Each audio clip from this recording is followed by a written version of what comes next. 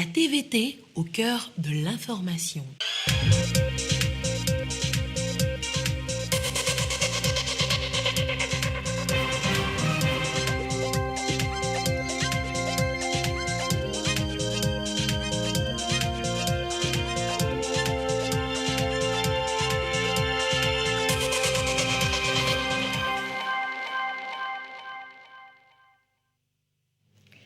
Bonsoir à toutes et à tous. Merci d'être avec nous pour ce journal. Dans l'actualité, il y a d'abord le 5e recensement général de la population et le suivi des opérations. La commission de l'UEMOA est sur le terrain dans cette optique. En savoir plus dans un instant. La lutte contre la cybercriminalité, l'Agence nationale de la cybersécurité renforce la défense du cyberespace togolais. Les populations sont sensibilisées sur les enjeux de la cyberattaque pour mieux faire face à ce fléau mondial. Également dans ce journal, la session sur la gestion administrative, comptable et financière des organisations culturelles. Les travaux ont pris fin avec une remise d'attestation aux participants. Et puis, les bénéficiaires de la formation gratuite en développement web et web mobile ont fini leur apprentissage. Après 8 mois de cours, les meilleurs ont reçu leur attestation des mains de l'OIF, l'Organisation internationale de la francophonie. Voilà pour les titres. Bienvenue. La 9e réunion ordinaire du comité régional de la statistique de l'UEMOA se tient à Lomé. C'est du 2 au 9 novembre 2022. En marge de cette rencontre, les directeurs généraux des institutions de la statistique et bien d'autres acteurs étaient sur le terrain pour faire le suivi des opérations de recensement. Yata Ratema. Gilets, tablettes à la main, sur des motos ou dans les voitures, des équipes de recensement sont à l'œuvre à Lomé et partout au Togo. Sur le terrain ce samedi, ils ont reçu la visite des experts de la statistique de l'espace UEMOA en session régionale à Lomé. Ils sont venus s'inspirer du recensement en cours dans notre pays. Nous tenons d'abord à féliciter le Togo pour l'organisation de cette opération et nous voyons qu'effectivement les agents sont à pied d'œuvre pour effectivement mener cette opération avec succès. Ça va permettre de maîtriser effectivement les informations sur l'état de la population du pays et effectivement aussi connaître les conditions de vie des populations. En tant que statisticien, je me rends compte que l'opération est très bien organisée. Très bien organisée parce que les enquêteurs prennent en main le dénombrement de la population dans ce ménage-là, ou bien dans cette concession, comme, en tout cas conformément aux procédures, aux principes généraux du recensement. En 3 semaines, près de 1400 agents recenseurs vont parcourir villes, villages, hameaux et maisons pour constituer une nouvelle base de données démographiques pour le Togo.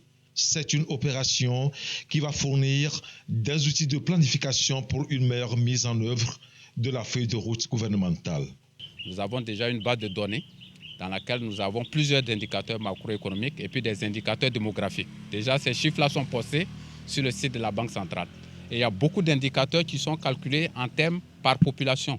Donc, si vous avez par exemple le PIB par habitant, il faut connaître la population pour pouvoir calculer le PIB par habitant. Nous avons senti l'acceptabilité des ménages à nous accueillir.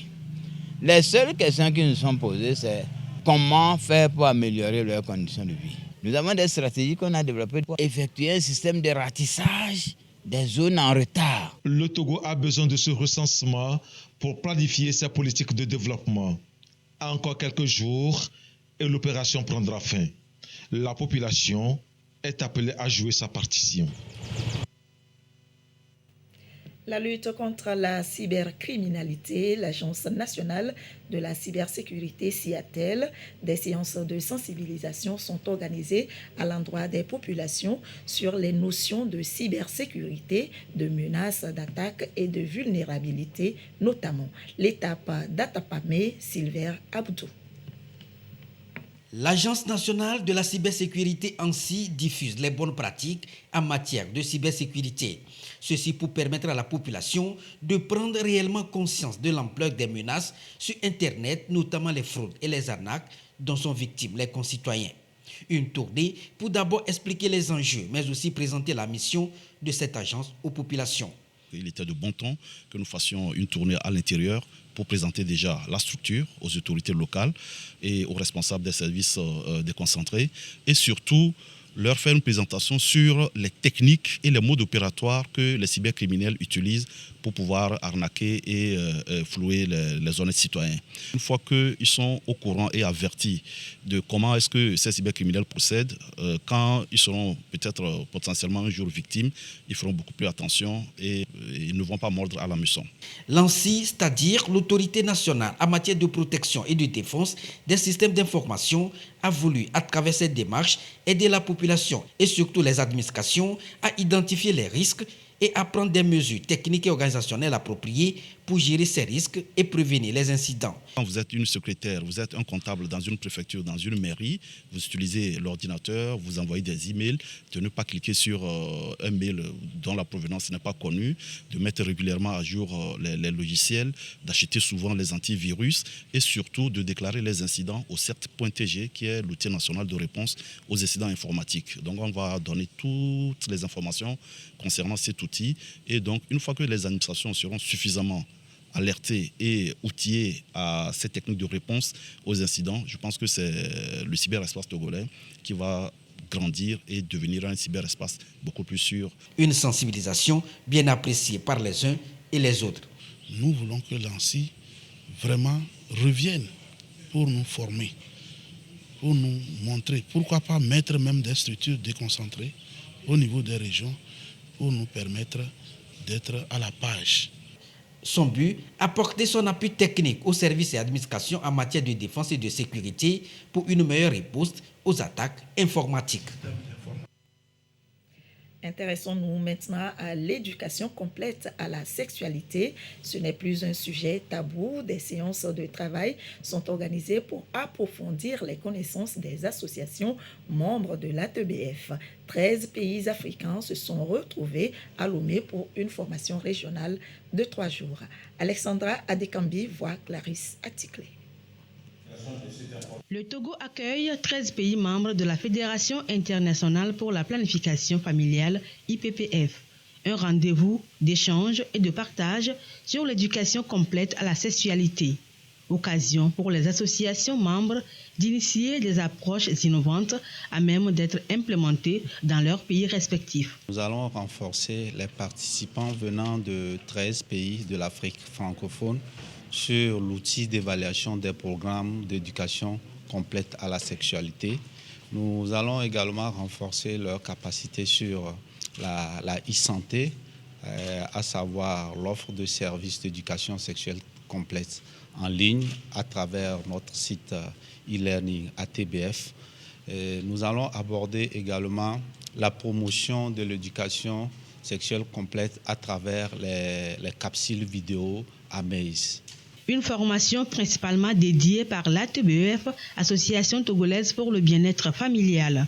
Elle est choisie en tant qu'association leader eu égard à ses expériences dans le domaine.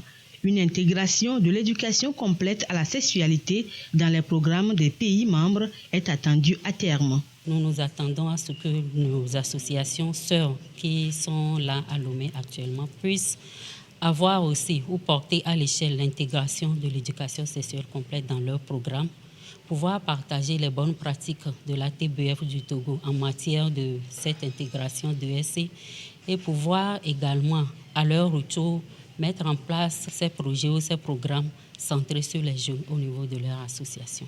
En tant qu'AM de la Côte d'Ivoire, nous envisageons de pouvoir digitaliser le CS au niveau de la Côte d'Ivoire. Donc déjà, comme le Togo est bien avancé, on va essayer d'apprendre au maximum avec eux et puis aussi voir avec les autres pays qu'est-ce qui est fait pour pouvoir mettre ça à profit au niveau de la Côte d'Ivoire. L'éducation complète à la sexualité est une manière d'aborder la santé de la reproduction et des relations interpersonnelles pertinentes, adaptées à l'âge et fondées sur les changements scientifiques ou sans valeur. Elle vise à dispenser une éducation sexuelle basée sur les droits et qui questionne les normes de genre. Pour une meilleure prise en charge des victimes des violences basées sur le genre, des protocoles sectoriels élaborés dans ce sens ont été validés. Et c'est à mettre à l'actif du ministère chargé de l'action sociale à travers la Direction générale du genre et de la promotion de la femme. Sylvain Abdou. Malgré les dispositions et les actions menées par le gouvernement en ce qui concerne la lutte contre les violences faites aux femmes et aux enfants, le phénomène à en croire les acteurs persiste encore et interpelle chacun à des actions novatrices et à une synergie d'intervention. D'où cette rencontre pour la validation des protocoles sectoriels de prise en charge des victimes. Des protocoles à mettre à la disposition des acteurs impliqués pour une approche concertée visant une prise en charge beaucoup plus efficace des victimes. Il est nécessaire aujourd'hui que ces différents acteurs disposent d'un mécanisme nécessaire pour leur permettre d'offrir ces différents services aux victimes qui viendront dans leurs différents secteurs pour avoir une réponse, un soutien. Ces protocoles sectoriels vont aboutir à la fin à l'élaboration d'un protocole national et tous les acteurs seront des maillons dans la chaîne de prise en charge de ces victimes basées sur le genre.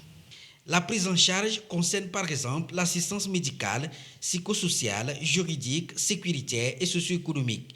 Une manière de bien orienter chaque acteur sur son rôle à jouer dans la prise en charge des femmes et enfants victimes des violences basées sur le genre.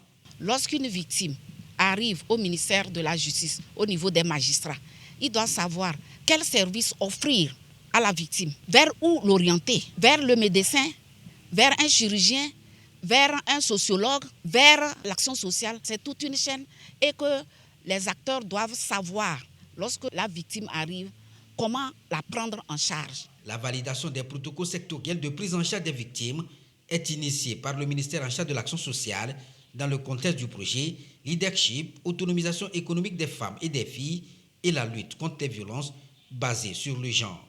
Un projet soutenu par l'ambassade de France au Togo.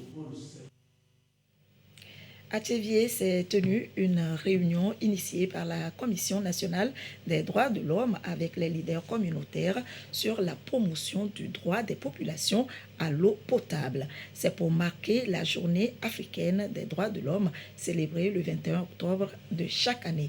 Solange Amondé voit Clarisse Aticlé.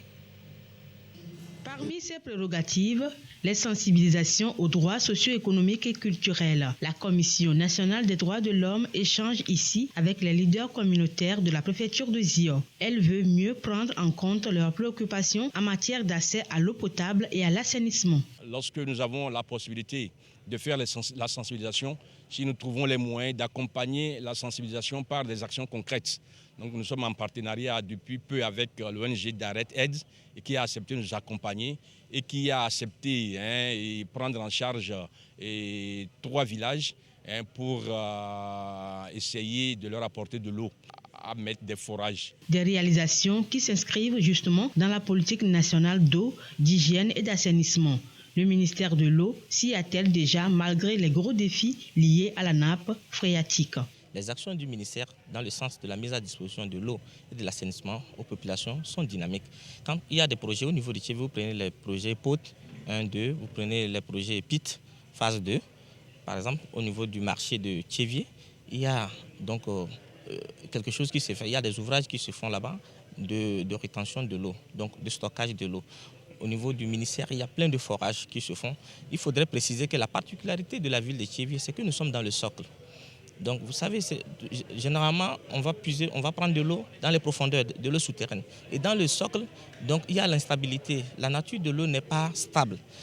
Dans le socle, vous pouvez avoir de l'eau ici, à un point A, et juste à 2 mètres, vous n'avez pas de l'eau. Vous voyez, c'est cette dichotomie qu'on a et qui fonde la réalité de Tchévié. Donc le choix de la ville de Tchévié est pertinent dans la mesure où le problème d'accès à l'eau et à l'assainissement à Tchévié sont réels et le gouvernement s'y attelle. La rencontre de Tchévié permettra de se faire une opinion plus recoupée de la situation des villages bénéficiaires de Tchévié et répondre à leurs besoins en matière d'accès à l'eau potable et à la création de latrines. Un mot sur l'actualité à l'étranger pendant que les combats entre les rebelles du M23 et l'armée congolaise se multiplient. Ces derniers jours, un balai diplomatique s'est engagé en coulisses afin de tenter de rouvrir les discussions entre les présidents congolais et rwandais. Les médiations s'intensifient de Luanda à Nairobi. Les chefs de la diplomatie congolaise et rwandaise chez le président angolais samedi à Luanda. Joao Lourenço, médiateur désigné par l'Union africaine de la crise entre Kigali et Kinshasa, tente de relancer le dialogue au point mort entre les deux capitales. Regain de tension provoqué par la récente percée des rebelles du M23 dans l'est de la RDC avec le soutien de l'armée rwandaise, selon les autorités congolaises. Accusation réaffirmée jeudi par le président Félix Tshisekedi. À Luanda, il est sans nul doute question du cessez-le-feu conclu lors d'un sommet entre Paul Kagame et Félix Tshisekedi en juillet à Luanda. Accord qui a volé en éclats depuis. La rébellion du M23 est à l'offensive et a gagné du terrain alors que les forces armées congolaises tentent de leur barrer la route vers Goma, ville de plus d'1 million d'habitants et chef-lieu de la province du Nord Kivu. Selon l'ONU, depuis la reprise des combats le 20 octobre, au moins 50 000 personnes ont été obligées de quitter leurs habitations. 12 000 ont trouvé refuge en Ouganda.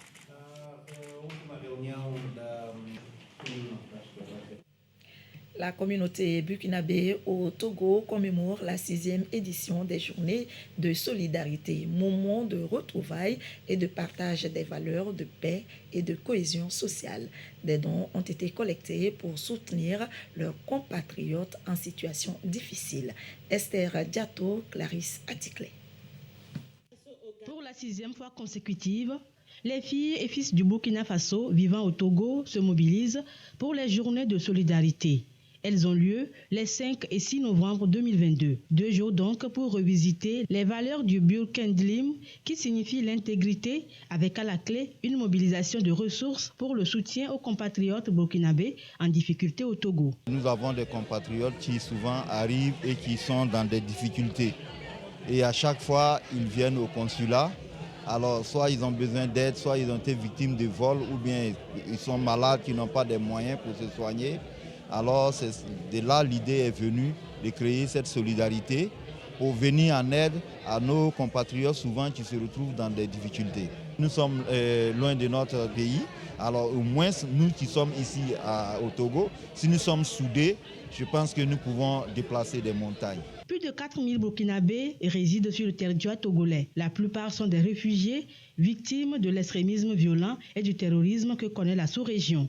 Le consul général du Burkina Faso au Togo renouvelle ici l'engagement de son pays à lutter efficacement contre ce fléau. En attendant de retrouver sereinement leur terre natale, les journées de solidarité sont une occasion pour entretenir l'ensemble de la communauté burkinabé au Togo sur la solidarité, la paix et la cohésion sociale, des valeurs qu'ils doivent cultiver sur leur terre d'accueil. Souvent, c'est des gens qui ont des problèmes ici, ils veulent rentrer au Burkina. Il y a des gens qui sont expulsés du Ghana ou d'autres pays de l'Afrique centrale, comme Lomé est un carrefour, qui arrivent ici, ils n'ont pas de documents, donc nous leur délivrons des documents de circulation, notamment les laissez-passer, et nous leur délivrons aussi de quoi faire le transport pour rentrer. Nos relations avec le peuple et les autorités togolaises sont au beau fixe. Et je profite de remercier ces autorités et ce peuple-là pour l'accueil qu'ils nous font à nos compatriotes. Les journées de solidarité de la communauté burkinabé ont commencé en 2016. Les membres du comité et les personnes ressources, à l'instar de Simco Industries, qui s'impliquent véritablement dans les activités de solidarité, se sont vus décerner des attestations de reconnaissance et des tableaux d'honneur. À cette occasion, un mini-marché est ouvert avec l'exposition des produits du Burkina Faso. Objectif, favoriser davantage l'intégration et le brassage culturel entre le Togo et le Burkina Faso. Retenez aussi que l'ambassade de Chine au Togo a offert des vivres et non-vivres à SOS Village d'enfants, un acte qui marque les 50 ans de coopération entre la Chine et le Togo. Solange Amandé, reportage présenté par Eli Agba Niadao. Noël s'annonce déjà au village d'enfants SOS de Lomé.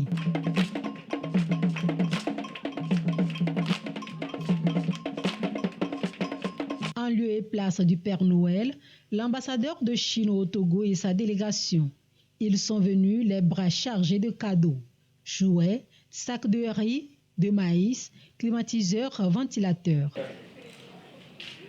Nous sommes heureux et honorés de recevoir les dons en vivre et non-vivre de l'ambassade de Chine. La mission de SOS, c'est de pouvoir offrir un foyer à chaque enfant vulnérable. Donc nous avons des familles d'accueil et nous avons des familles, c'est pour ça qu'on appelle village, avec des enfants qui sont là. Donc les vivres et non-vivre vont servir à pouvoir accompagner ces enfants. Ça fait plus de 3 ans que cette collaboration est là entre l'ambassade de Chine au Togo et SOS Village d'enfants au Togo.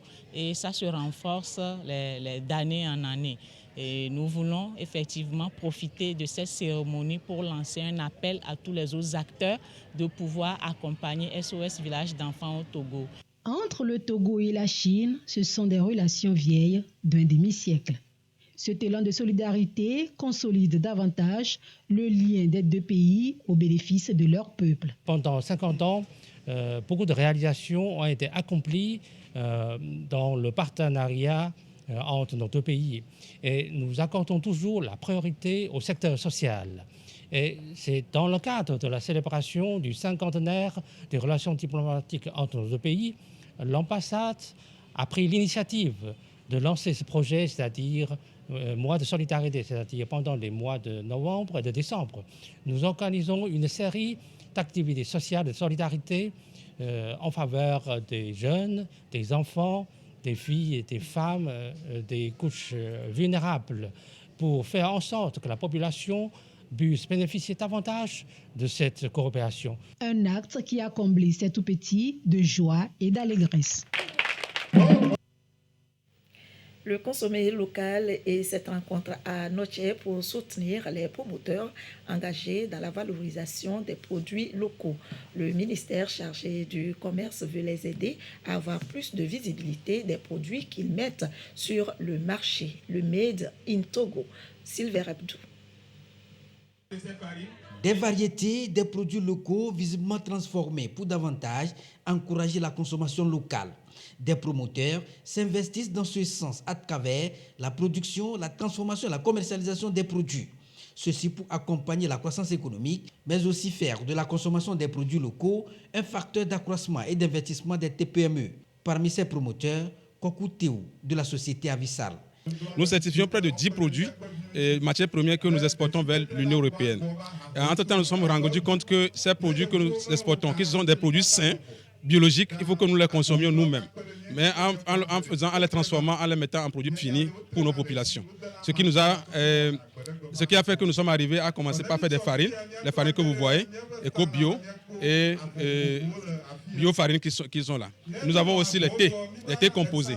Et ces thés composés, c'est des thés qui contiennent des ingrédients de nos produits, de nos matières premières biologiques. Nous avons aussi des thés médicinaux, comme le desmodium, qui lutte contre le foie et les hépatites, et la thémésia, qui lutte fortement contre aussi le paludisme.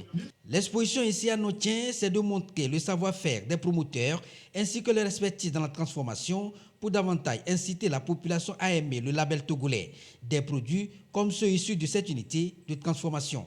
L'unité, c'est à côté, qui nous permet de produire cette farine qu'on appelle Agbelio, que nous avons baptisée comme ça. Avec ça, vous pourrez faire le pain. On prend 20% de cette farine pour mettre dans le blé et pour faire un pain. On a mis également au point soja. Ça, c'est à base de soja. C'est toujours pour le pain. Nous avons également des produits tels que cette farine qu'on vend en vrac pour les cantines scolaires. C'est pour faire la bouillie.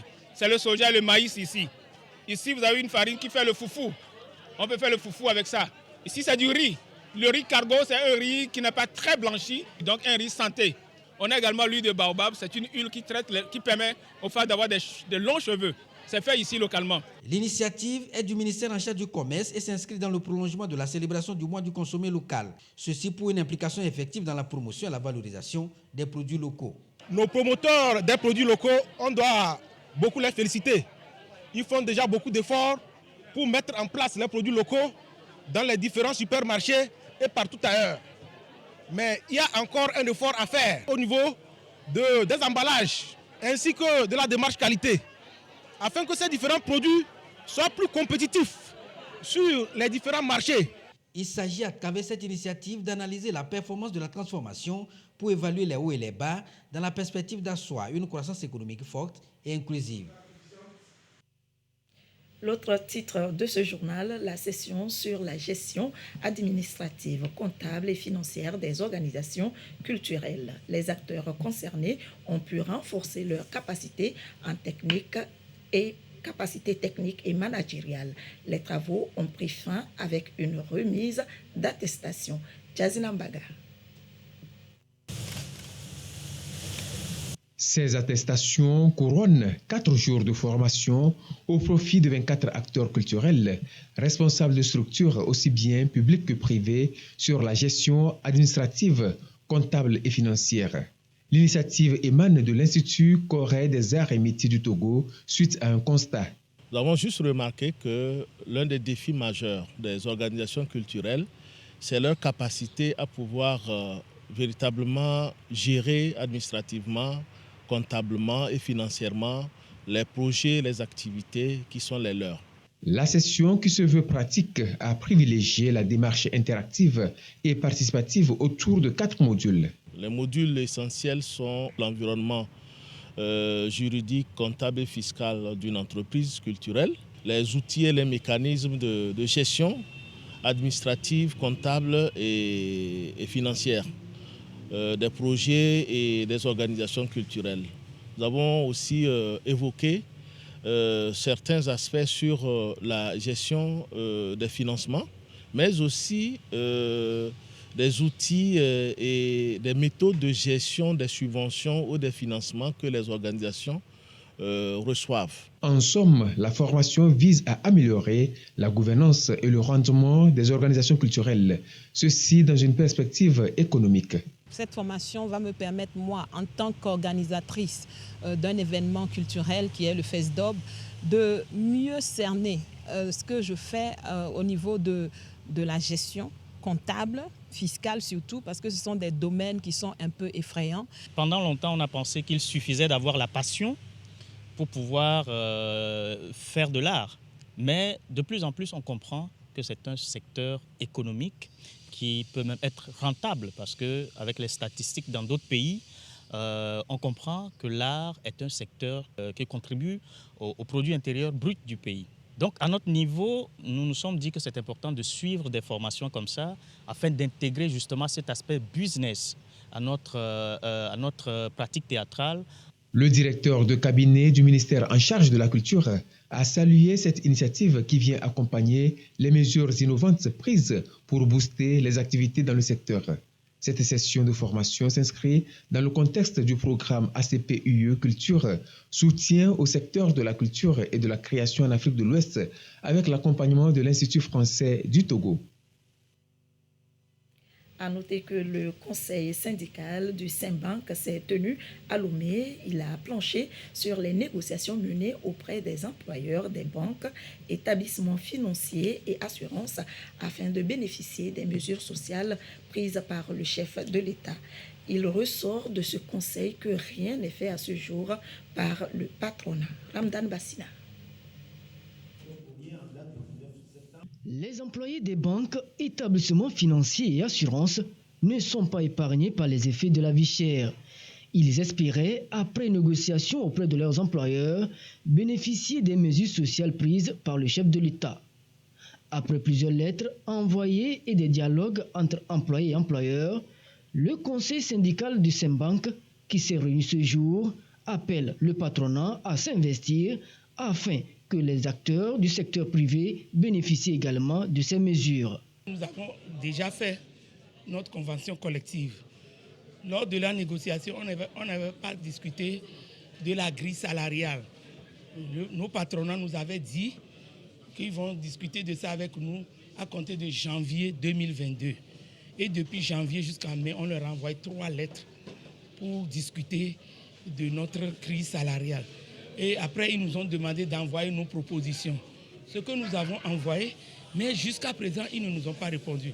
Et comme le chef de l'État a donné 10% de la grille salariale aux fonctionnaires de l'État, et on a demandé que le SMIC devait être revalorisé, donc nous avons supposé que nous devons ouvrir une négociation avec nos patrons pour qu'ils puissent nous aider aussi dans cette histoire de vie chère. Comme ils ont refusé catégoriquement, donc c'est pourquoi nous avons appelé les délégués pour les informer que c'est comme ça nos patrons ont refusé et discuter avec eux la conduite à tenir. Après ce conseil syndical, suivra très prochainement une assemblée générale. Celle-ci devra permettre de prendre une décision finale pour amener le patronat à des actions concrètes afin d'atténuer les effets de la vie chère dans ce secteur. Pour finir, la remise d'attestation aux jeunes qui ont pris part à une formation initiée par l'EIF, l'Organisation internationale de la francophonie. Formation gratuite en développement web et web mobile, couplée d'entrepreneuriat au profit des jeunes sur 8 mois. Solange Amandé, reportage présenté par Antoinette Omao. Vauvor. Dans ça que vous payez le ticket tranquillement et puis venir manger sans vraiment attendre une file d'attente. J'ai également utilisé le VS Studio Code pour le... Deux projets présentés ici qui captent l'attention. Le premier, Richman App, une plateforme de réservation de tickets de restauration. Gérard veut soulager les étudiants de longues files d'attente dans les restaurants universitaires.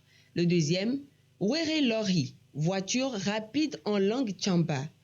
Amdi Yatou, quant à elle, veut alléger la tâche aux voyageurs à pouvoir réserver leur ticket de voyage en tout temps et en tout lieu. L'idée m'est venue au campus parce que je suis étudiant au campus de Lomé. Et donc pour avoir accès au restaurant, il faut payer un ticket. Et donc pour payer le ticket, souvent nous faisons une file d'attente très longue et puis périlleuse. Donc j'ai vu que franchement, ça nous donnait vraiment la peine. Et donc lorsque j'ai vu lancer la formation, je me suis dit peut-être c'est l'occasion pour que mon projet puisse vraiment se réaliser. Nous avons beaucoup plus d'énergie, nous la jeunesse, et que nous devons vraiment nous réveiller, nous lever pour travailler dans n'importe quel domaine. Il y a beaucoup de domaines aujourd'hui et la technologie, surtout l'informatique, constitue aujourd'hui un domaine très important qui permet au pays développé de pouvoir vraiment se mouvoir. Généralement, au Togo, nous constatons que pour réserver le ticket, c'est un peu compliqué. Les gens sont obligés de se déplacer vers les agences pour pouvoir réserver le ticket en question. Une fois à l'agence, la personne est obligée de rester sous le soleil et ne pas avoir le ticket. C'est dans cette logique-là que j'ai pensé créer une plateforme de réservation de tickets de bus en ligne. Gérard et Amdi Yatou font partie des 67 apprenants formés au numérique du projet Déclic. Ces jeunes vont entreprendre désormais dans le numérique ou rejoindre une entreprise en tant que designer web, développeur d'applications web et mobiles, de sites web, des compétences digitales et en management. L'Organisation internationale de la francophonie en fait son cheval de bataille. Je suis très fière d'assister à la cérémonie de remise de certificats. Eux, ils ont déjà fait un parcours remarquable pendant 7 mois avec la formation pilotée par le Simplon et Energy Generation, un opérateur retenu par l'Organisation internationale de la francophonie pour arriver à aujourd'hui à un niveau où il peut déjà démarrer un emploi. Ça, c'est vraiment une bonne heure pour nous quand on voit que notre contribution vraiment arrive à des résultats. Le projet Déclic, loin de là une compétition, se veut une célébration collective de l'intellect de la jeunesse togolaise qui réussit et qui bouge. Le suivi et l'accompagnement de ces jeunes dans leur insertion professionnelle, un défi qui doit être relevé. Et c'est ainsi que se termine ce journal. Merci de votre attention. Dans un instant, la météo. Très belle soirée et bon week-end à toutes et à tous.